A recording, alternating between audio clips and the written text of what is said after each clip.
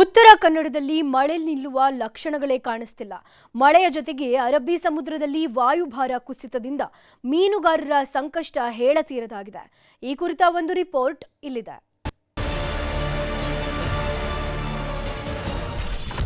ಭಾರೀ ಮಳೆಗೆ ಮೀನುಗಾರರು ಹೈರಾಣ. ಮೀನುಗಾರರ ಬದುಕು ಕಸಿದ ಮಳೆರಾಯ. ಈ ವರ್ಷವೆಲ್ಲ ಮಳೆಯೋ ಮಳೆ. ಅದರಲ್ಲೂ ಉತ್ತರ ಕನ್ನಡ ಭಾಗದಲ್ಲಂತೂ ಮಳೆರಾಯ ಬ್ರೇಕ್ ಕೊಟ್ಟಂತೆ ಕಾಣ್ತಿಲ್ಲ. ನವೆಂಬರ್ ತಿಂಗಳು ಬರುವ ಹೊತ್ತಾದರೂ ಮಳೆಗಂತೂ ಫುಲ್ ಸ್ಟಾಪ್ ಬಿದ್ದಿಲ್ಲ. ಬಿಟ್ಟು ಬಿಡದೆ ಸುರಿತಿರೋ ಮಳೆಯಿಂದಾಗಿ ಅಲ್ಲಿನ ಮೀನುಗಾರರ ಬದುಕಂತೂ ಮೂರಾಬಟ್ಟೆಯಾಗಿದೆ. ಅರಬ್ಬಿ ಸಮುದ್ರದಲ್ಲಿ ವಾಯುಭಾರ ಕುಸಿತದಿಂದಾಗಿ ಮೀನುಗಾರಿಕೆಗೆ ತೆರಳಿದ್ದ ಮೀನುಗಾರರು ವಾಪಸ್ ಬಂದರಿಗೆ ಬರಬೇಕಾದ ಸ್ಥಿತಿ ಬಂದೊದಗಿದೆ. ಮಂಗಳೂರು, ಮಲ್ಪೆ ಭಾಗದಿಂದ ಆಳ ಸಮುದ್ರ ಮೀನುಗಾರಿಕೆಗೆ ತೆರಳಿದ್ದ ಅದೆಷ್ಟೋ ಬೋಟ್ಗಳು ಮೀನುಗಾರಿಕೆ ನಡೆಸಲಾಗದೆ ವಾಪಸ್ ಕಾರವಾರ ಬಂದರಿನಲ್ಲಿ ಲಂಗರು ಹಾಕಿವೆ.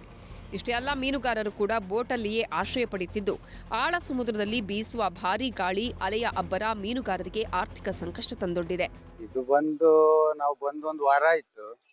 ಆದ್ರೆ ಮೀನು ಎಂತದಿಲ್ಲ, ವಾಯುಭಾರ ತುಂಬಾ ಕುಸಿತ, ಸಮುದ್ರದಲ್ಲಿ ನಿಲ್ಲುಕಾಗುದಿಲ್ಲ. ಬೋಟ್ ತಂದ್ರೆ ಕಾರು ಬಂದ್ರೆ ಕಟ್ಟುಗೂ ಕೊಡುದಿಲ್ಲ ಸರಿ. ಬಹಳ ದಿವಸ ಹಿಂದಿಂದ ಇದೇ ಕಷ್ಟದಲ್ಲಿ ಇದ್ರು ನಾವು. ನಮ್ದು ಇದೆಲ್ಲ ಮಲ್ಪಿಂದ ಬಂದದಣ್ಣ. ಮಲ್ಪಿಂದ ಬಂದು ಎಲ್ಲ ಖಾಲಿ ಆಗಿ ಇಲ್ಲಿ ಬಂದ್ಬಿಟ್ಟಿದ್ದೇವೆ ನಾವು. ಈಗಾಗಲೇ ಆಳ ಸಮುದ್ರದ ಮೀನುಗಾರಿಕೆಗೆ ಹೋಗದಂತೆ ಮೀನುಗಾರಿಕಾ ಇಲಾಖೆ ನಿರ್ಬಂಧ ಹೇರಿದೆ. ಇನ್ನೆರಡು ದಿನ ನಿರ್ಬಂಧ ಮುಂದುವರಿಯಲಿದ್ದು ಮೀನುಗಾರಿಕೆ ಇಲ್ಲದೆ ಮೀನುಗಾರರು ಕಂಗೆಟ್ಟಿದ್ದಾರೆ. ಅಲ್ಲದೆ ಹೊಸ ಋತು ಆರಂಭ ಆಗಿ 3 ತಿಂಗಳು ಕಳೀತಾ ಬಂದರೂ ಸರಿಯಾಗಿ ಮೀನು ಶಿಕಾರಿ ಮಾಡಲಾಗದೆ ತೀರಾ ಸಂಕಷ್ಟಕ್ಕೆ ಸಿಲುಕಿದ್ದಾರೆ. ಭಾರತೀಯ ಹವಾಮಾನ ಇಲಾಖೆಯಿಂದ ದಿನಾಂಕ 23 ಇಂದ 25 ಆರೆಂಜ್ ಅಲರ್ಟ್ ಅನ್ನು ಈಗಾಗಲೇ ಉತ್ತರ ಕನ್ನಡ ಜಿಲ್ಲೆಗೆ ಘೋಷಣೆ ಮಾಡಿದ್ದಾರೆ.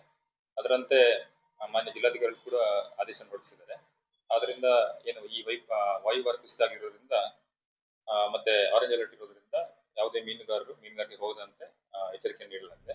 ಒಟ್ಟಾರೆ ಉತ್ತರ ಕನ್ನಡ ಜಿಲ್ಲೆಯಲ್ಲಿ ಮಳೆಯ ಅಬ್ಬರದ ಜೊತೆಗೆ ಸಮುದ್ರದಲ್ಲಾದ ಹವಾಮಾನ ವೈಪರೀತ್ಯ ಮೀನುಗಾರರ ಬದುಕೇ ಕಸಿದುಕೊಂಡಿರುವುದು ನಿಜಕ್ಕೂ ವಿಪರ್ಯಾಸ. ದರ್ಶನ್ ನಾಯ್ಕ್, ನ್ಯೂಸ್ 18 ಕಾರವಾರ.